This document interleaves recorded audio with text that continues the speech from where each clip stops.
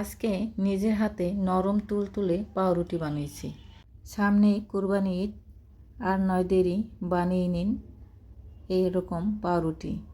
গরুর মাংস দিয়ে এই পাউরুটি দিয়ে খেতে কিন্তু দারুণ লাগবে। সকালবেলা চা দা খেতেও কিন্তু বেশ লাগে। আর নয় দেরি, ঝটপট বানিয়ে ফেলুন ফুলকো ফুলকো পাউরুটি। আসসালামু আলাইকুম, বৃষ্টি ব্লগ অ্যান্ড রেসিপি থেকে বৃষ্টি বলছি। সবাই কেমন আছেন? আশা করি নিশ্চয়ই ভালো আছেন। আমিও আলহামদুলিল্লাহ ভালো আছি। আজকে ফুলকো ফুলকো পাউরুটি বানাবো। এর জন্য 2 কাপ দুধ নিয়েছি আর 1 চামচ ইস্ট নিয়েছি। একটা ডিম দিয়ে দিলাম আর 3 চামচ চিনি দিয়ে দিলাম। মিষ্টিটা যার যার স্বাদ মতন, যদি বেশি খেতে চান তাহলে মিষ্টির পরিমাণটা আরও একটু বাড়িয়ে দেবেন। মাংস বা তরকারি দিয়ে যদি খেতে চান তাহলে চিনির পরিমাণটা কমিয়ে দিবেন। আর যদি চা দিয়ে এমনি খেতে চান তাহলে চিনির পরিমাণটা আর একটু বেশি দিবেন। তারপর দিয়ে দিলাম 1 কাপ ময়দা আর স্বাদ মতন লবণ।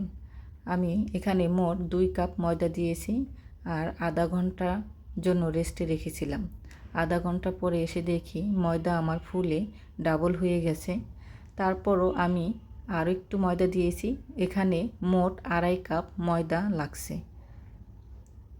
তো এখন আমি হাতে ঘি লাগিয়ে তারপর এই প্লেটে একটু ঘি লাগিয়ে এখন আমি এখানেই এই পাউরুটিগুলো সেট করে নিচ্ছি।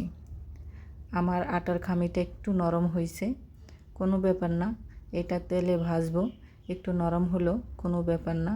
তো আমি চামচ দিয়ে একটু কাটা কাটা করে দিচ্ছি একটু সুন্দর লাগার জন্য।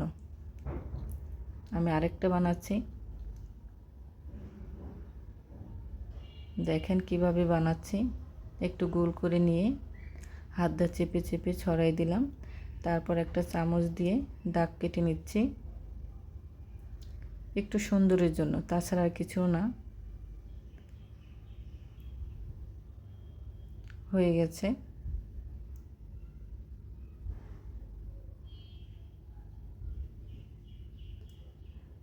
আমি 4টা বানিয়ে নিয়েছি। তো একটু দুধ ব্রাশ করে দিচ্ছি পাউরুটির উপরে। তারপর সাদা তিল দিয়ে দিচ্ছি। তিলটা দিলে দেখতেও সুন্দর আর খেতেও কিন্তু ভালো লাগে। চুলায় কড়াই বসাই দিয়েছি, কড়াইতে বেশ পরিমাণে তেল দিচ্ছি। তো পাউরুটি ডুবো তেলে ভাজবো, এর জন্য কড়াইতে বেশ পরিমাণে তেল দিয়ে এখন এক একটা করে পাউরুটি আমি ছেড়ে দিচ্ছি। উপর দিয়ে তেল দিতে হবে, উপরটাও যেন সুন্দর হয়। চুলার আঁচটা মিডিয়াম টু লোতে রেখে ভাজতে হবে, উল্টায় পাল্টায়। দেখেন কি ফুলকো ফুলকো হয়েছে।